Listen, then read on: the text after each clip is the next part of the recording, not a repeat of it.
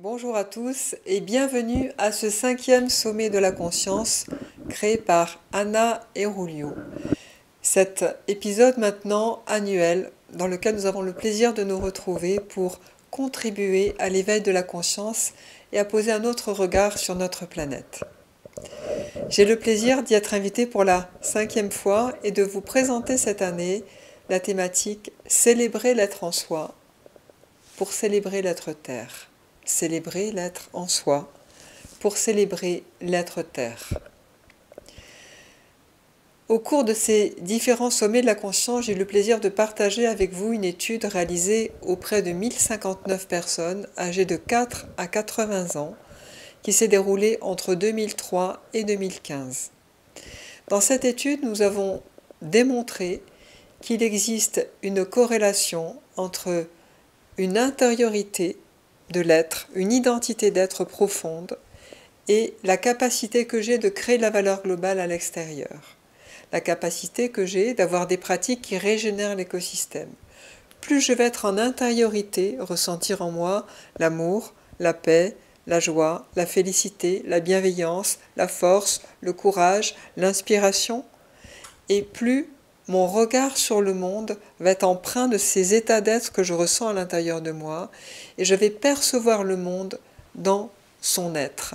C'est-à-dire que je vais percevoir les humains qui passent avec un autre regard, je vais percevoir les animaux avec un autre regard, les végétaux avec un autre regard, un paysage, une terre. Je vais percevoir l'eau, les fleuves, la mer, l'océan avec un autre regard, je vais percevoir le feu, l'air avec un autre regard. L'être terre avec un autre regard va m'apparaître. Plus cette intériorité, cette identité d'être sera présente, et plus la notion de personne morale dans ces différents espaces que je viens de citer, dans ces différentes terre, eau, feu, air et terre, règne minéral, végétal, animal, humain, être terre vont m'apparaître. Et chaque action que je vais accomplir, qu'elle soit personnelle, professionnelle, va être empreinte de cette identité d'être, de cette intériorité, de ce ressenti profond intérieur, qui va me faire avoir des pratiques qui vont être beaucoup plus respectueuses de l'écosystème. Nous allons ensemble passer du temps et cet espace sera partagé entre une partie conférence et une partie célébration. Dans cette partie célébration, j'aurai le plaisir nous aurons le plaisir ensemble d'être dans une intériorité profonde et que cette intériorité profonde nous permette de percevoir l'être terre dans toute sa dimension, dans toutes ses dimensions. Nous allons continuer ce voyage qui va nous montrer le lien, la reliance entre l'identité d'être, l'intériorité en soi et l'être planète, la capacité de percevoir l'être en l'autre. Dans cette étude, nous avons observé qu'il était beaucoup plus facile pour des enfants d'apprendre à être que d'apprendre à écrire, à compter ou d'autres espaces intellectuels qu'on pouvait leur proposer à l'école. Nous avons constaté que 20% des personnes disent ne pas sentir d'état d'être positif. Nous avons constaté que 77% des personnes disent sentir un état d'être positif via l'extérieur, c'est-à-dire via un déclencheur extérieur.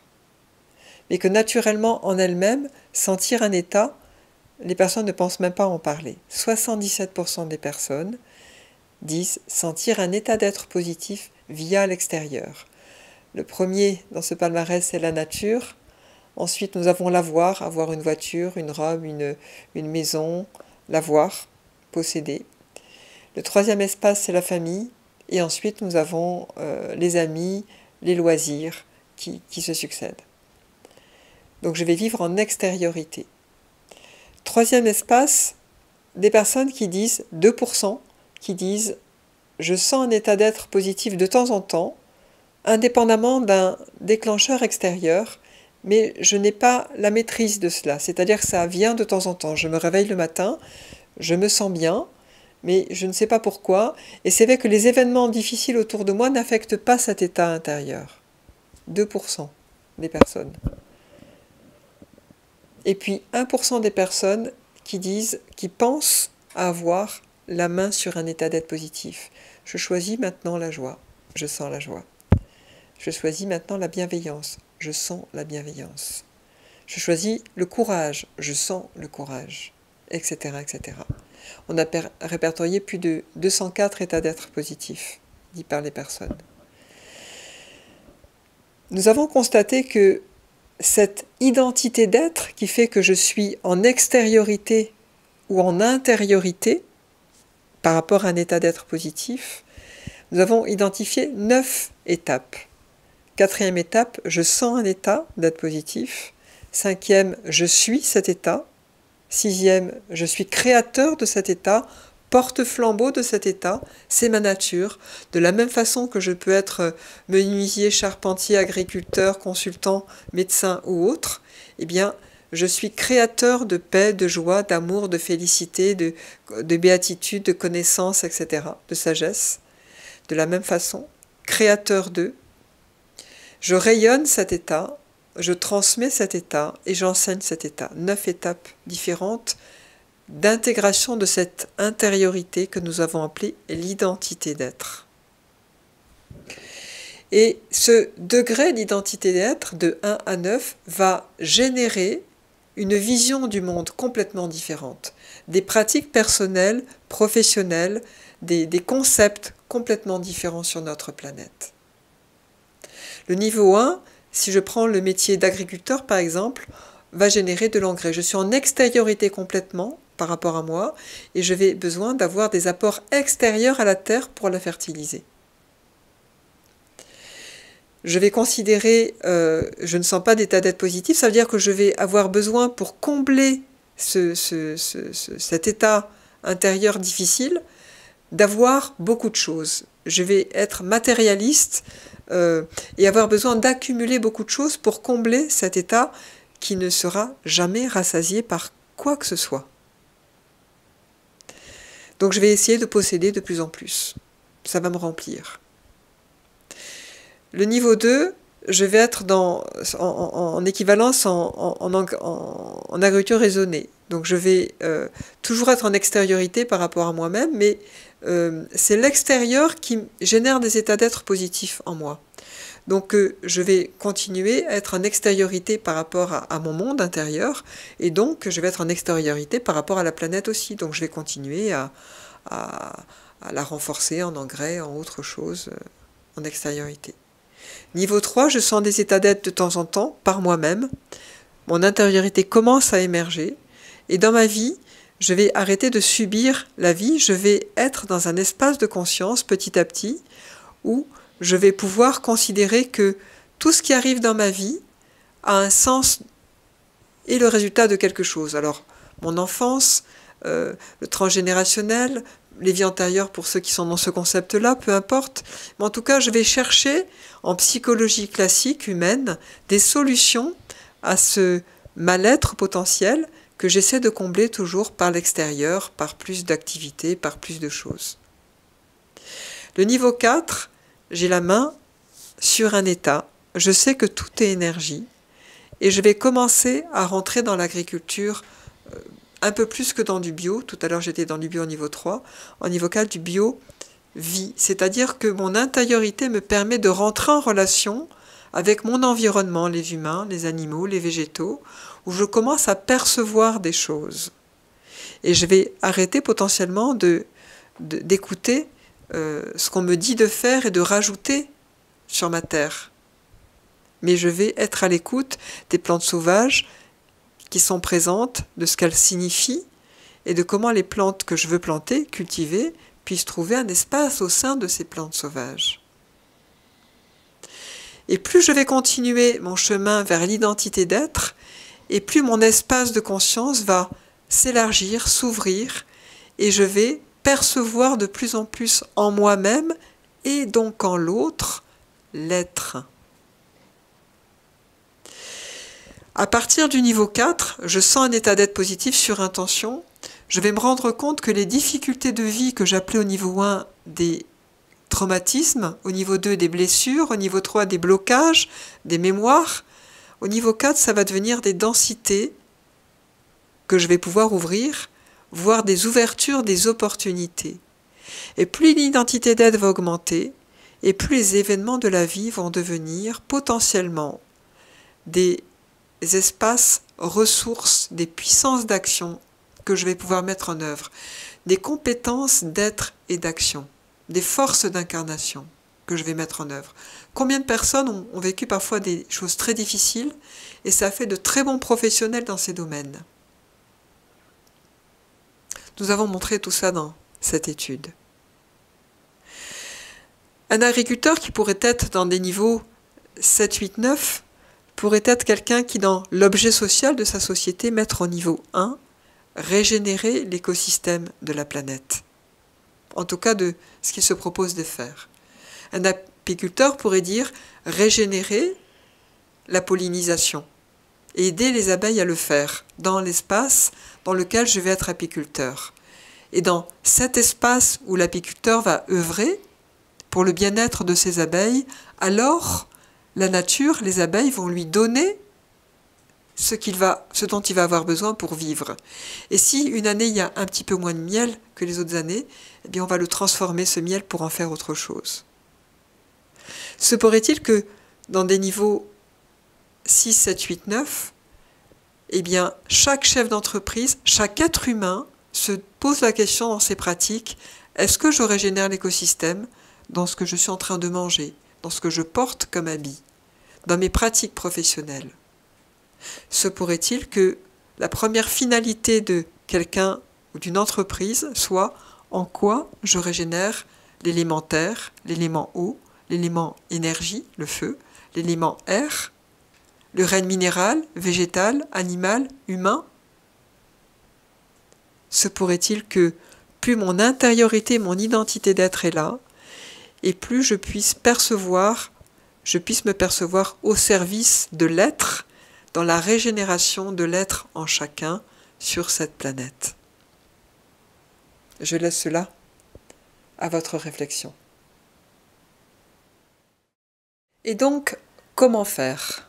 Comment faire pour faire grandir cette intériorité, cette identité d'être, afin de percevoir le monde autrement par une réalité expérientielle, et non pas par une liste des choses qu'il est de bon ton de faire pour que la planète aille mieux. Voilà, toute une liste, et qu'il est bien d'avoir aussi cette liste, bien évidemment. Mais plus je vais grandir dans cette identité, plus je vais savoir ce que j'ai à faire, voire même être enseigné par empathie avec mon environnement autour de moi. Dans cette étude, on a donc montré que 20% ne sentent pas d'état d'être positif, 77% via l'extérieur, donc on est en extériorité, 97% des personnes sont en extériorité. Comment faire monter à l'intérieur de soi cette intériorité? C'est la clé de notre planète demain, du fait de considérer, de célébrer l'être planète. Et de changer de pratique et de vision, et peut-être qu'il y aura des entreprises qui n'auront plus lieu d'être, ou des produits qui n'auront plus lieu d'être sur notre société, voilà, probablement. Mais d'autres choses seront là. Nous avons mis en expérience pendant toutes ces années des techniques qui ont vraiment fait leurs preuves. Nous avons étalé l'ensemble des états d'être positifs, donc les 204 que nous avons trouvés, plus tous les états d'être difficiles que les gens ont nommés, on est à plus de 500. Et nous les avons partagés en 5 familles différentes, 7 familles différentes. Et ces 7 familles sont reliées aux éléments et à d'autres choses. Et nous nous sommes rendus compte au fur et à mesure de toutes les différentes expériences qui ont été partagées par toutes ces personnes au fil des années, qu'en fait il y avait des choses simples pour passer de l'extériorité à l'intériorité. Et je vais vous donner simplement quelques exemples. Donc nous avons la famille terre, la famille eau, la famille feu, la famille air, la famille éther, la famille connaissance et la famille espace.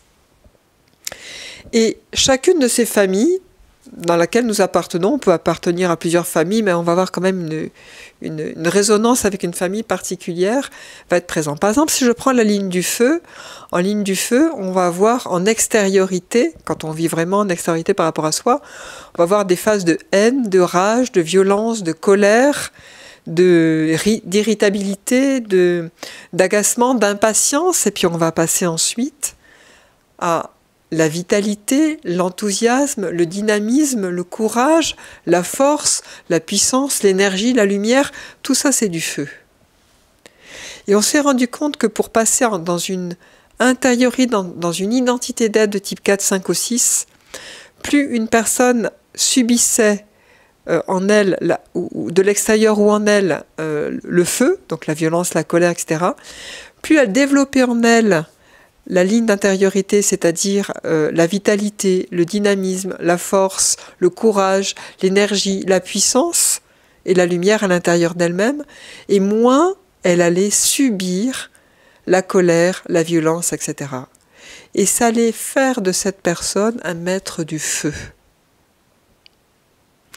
De la même façon, pour un maître de l'eau, quelqu'un qui pleure beaucoup, par tristesse, par dépression, par chagrin, par nostalgie, par mélancolie.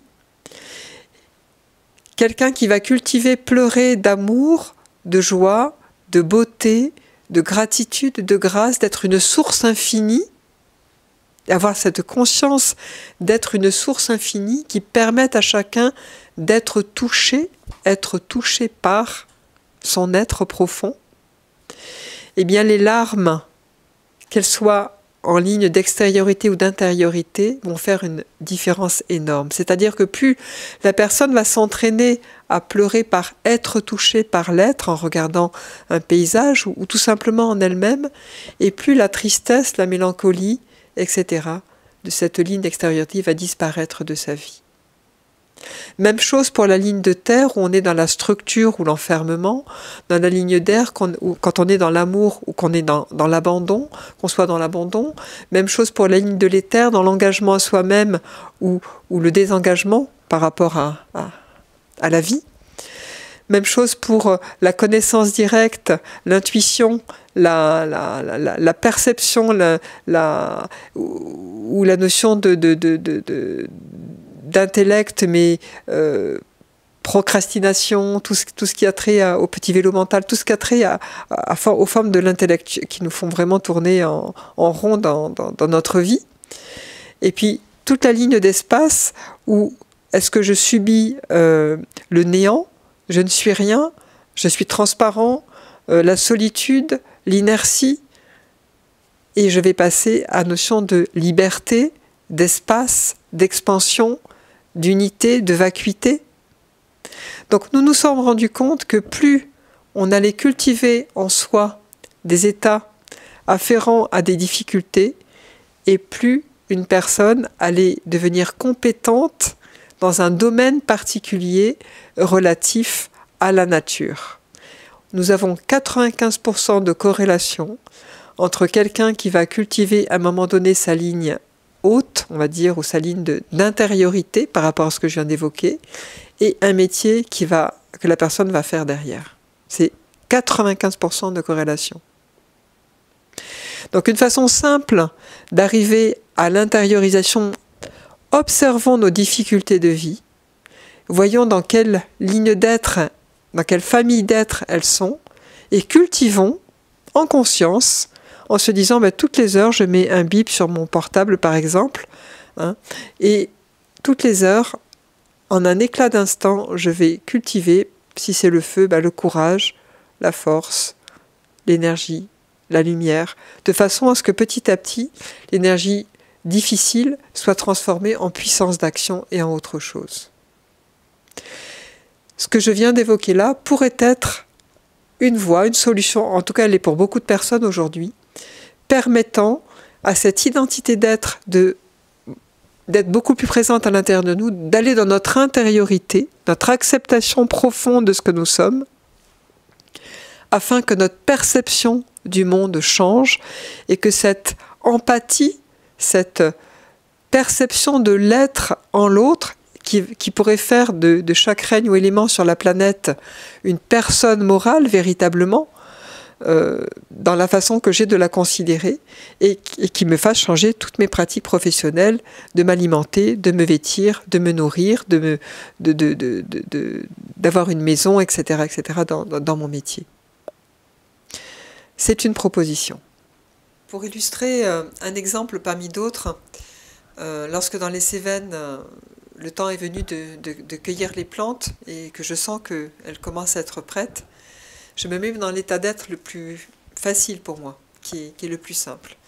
Et j'envoie cet état d'être, je le rayonne sur tous les champs. Et je ressens de certains champs un appel, un retour de quelque chose, un retour qui me touche. Et donc je vais dans le champ en question qui me touche, par exemple, je vais renvoyer à nouveau, rayonner à nouveau cet état d'être que je ressens profondément en intériorité. Et je vais à nouveau ressentir, et ça va être beaucoup plus précis sur la nature des plantes qui me touchent. Je vais aller vers ces plantes-là, je vais faire mon travail de cueilleuse, hein, en regardant la texture, l'odeur, je vais les goûter, je vais sentir si elles sont prêtes à être cueillies, on va dire, au niveau des principes actifs physiques purs. Et puis ensuite, je vais à nouveau renvoyer vers ces plantes-là, plus ciblées, mon énergie d'être. Et si je reçois un amour, beaucoup d'amour à l'intérieur de moi, par empathie, comme on pourrait recevoir l'amour d'une personne, eh bien, je sais qu'elles sont prêtes à s'offrir.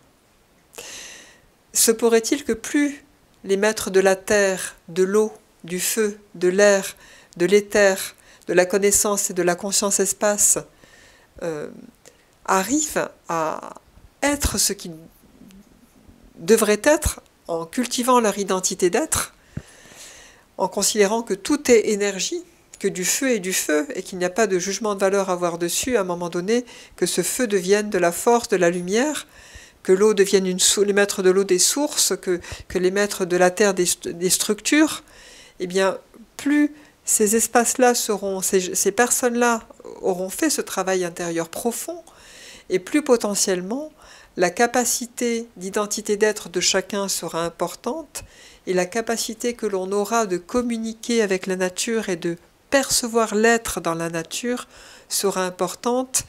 Et serait-il possible qu'un être plante puisse nous enseigner des choses plus qu'une plante elle-même? Pourquoi? Parce qu'elle aura été vue par un être dans sa beauté, et que son être se sera révélé, réveillé au regard de ce qu'on aura pu percevoir chez elle. Si on perçoit un enfant dans sa beauté ou un être dans sa beauté, ça va rendre la personne belle. Elle va se sentir belle dans nos yeux et ça va lui permettre de elle-même révéler, réveiller sa beauté intérieure.